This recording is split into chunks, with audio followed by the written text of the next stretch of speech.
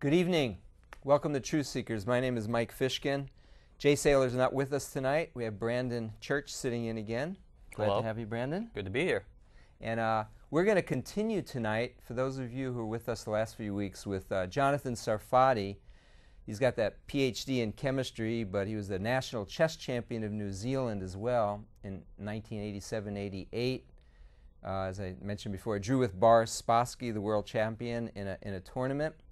But he's been published in a number of scientific papers, and he shows in this film so powerfully, Brandon, that there is no scientific evidence whatsoever. He even quotes evolutionists in this film, stating the same, that there is no evidence for how you could have gone on this planet at any time from chemicals to a living cell.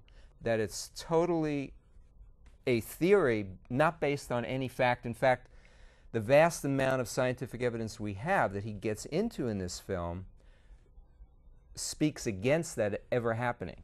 Right. This is really the biggest missing link in evolution. How do you go from a dead Earth, water, air, hydrogen, oxygen, carbon, random chemicals, to the incredible complexity found not even in the first cell, but before you have the first cell, you have to have things like proteins and sugars, amino acids, these complex organic chemicals, and there have to be so many stages building and building until you even get the first cell, the first thing that might even be considered life. It is such an incredibly huge step, and it's such a big problem for evolution. And then the code.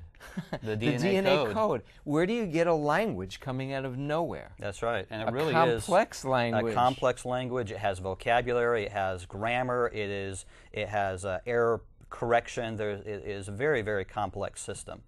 The evolutionists like to start with the first cell and go from there because they can't do anything with this. But they need to. It used to be part of the concept of evolution. Starting from nothing, how do you get life? But they don't even want to talk about that. Well, back in the days of Darwin, they thought that the cell was, a little piece of protoplasm, a little piece of jelly. That's the best they could see with their molecules, and their microscopes. And it seemed pretty simple, and it seemed like, okay, well, the things just come together to make this little piece of jelly. We now know that is so not true. It is so much more complex than that. Darwin could never have envisioned the difficulty in this first step. Yeah, I think he could magnify things up about 250 times, something like that. Something like that. And now we're at like 50,000 times. And now we have electron microscopes. I mean, we can see everything inside the cell. It's so incredible to see the progress we've made since then. Well, we've got two lines tonight. If you're alive in Portland on October the 13th, 2007, Saturday night, and you're watching us, you can call in if you'd like. We've got two lines, which is great. As you know, for those of you who've watched before, you know that we're a program about the evidence for philosophical spiritual truth, that we can know for a fact that there is a God. We see it again in the design of the cells and things like that, and fulfilled prophecy. We talk about that all the time. In fact, if you remember, Brandon, we were talking about it before. A woman called in last week, I think it was Suzanne. If you're out there and you want to call again, it was at the end of the program. We'd love to talk more with you, but you were pretty certain that this Bible says that we can't know for certainty about our salvation. And the actual verse is in 1 John, there's a number of them. This is a clear one, chapter 5, verse 13, which says, if you're watching, Suzanne, "These things have I written to you that believe on the name of the Son of God, that you may know that you have eternal life." And so right there it states that we may know, and it states it in many other places as well.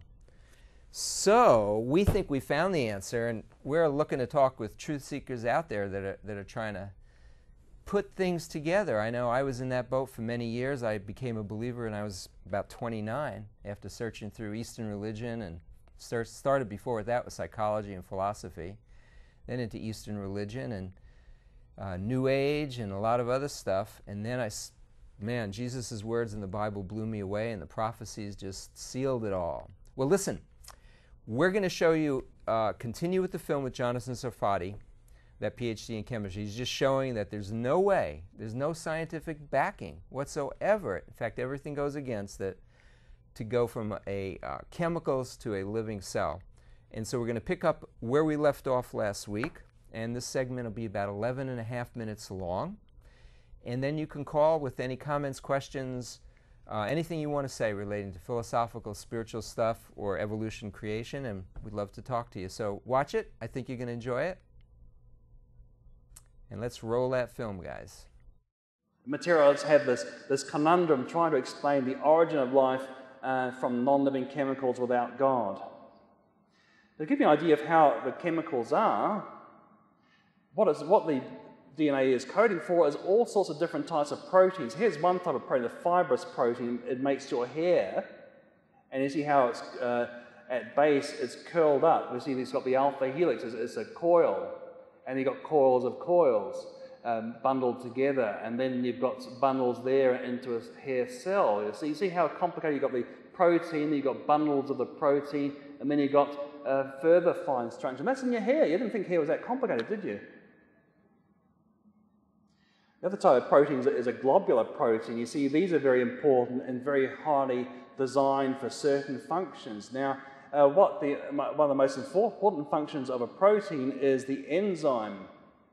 And they speed up reactions by many orders of magnitude. Order of magnitude is a power of 10. One order of magnitude is 10 times. 2 orders is about 100 times. 3 orders is about 1,000 times.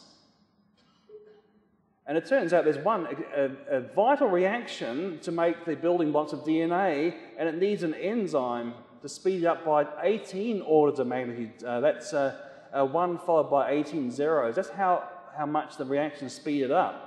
And in fact, without the enzyme, it takes 78 million years to work instead of being a few thousandths of a second. Now, the cell just couldn't survive if it took 78 million years to make this vital reaction.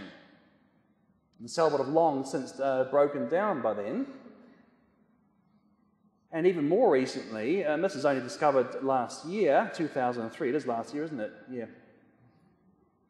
And this one speeds it up by 21 orders of magnitude.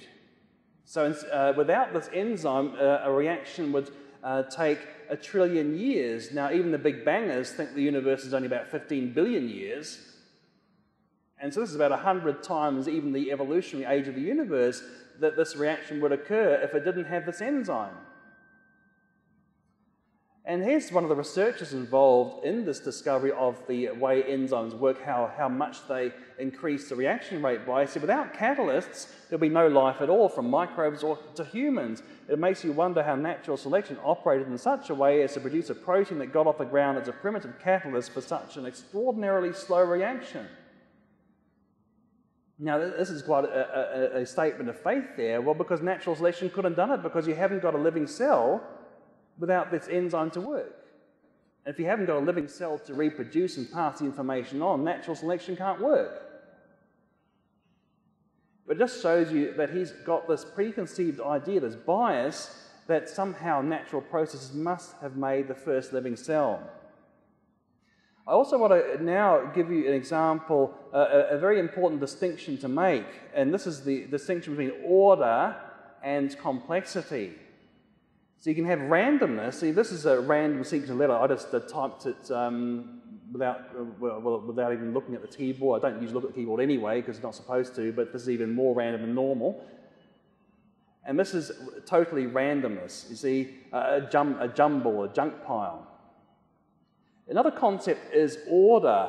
Now, the point about order is a repetitive, low information sequence, because what I've got here is I can have write a program to make this, and it says A, B, C, D, then repeat. So there's only really 4 letters of information there, and then I've just got repetition. You see, that's not complexity, that's order. And the parallel to that is the crystals. See, crystals are very highly ordered solids, and they're usually very low energy solids. And this is one of the crystals I worked on for my doctoral thesis and got a paper published. So don't let anyone tell you that creationists don't publish real scientific papers, because I've certainly published in the scientific literature. Don't bother taking notes about this, okay?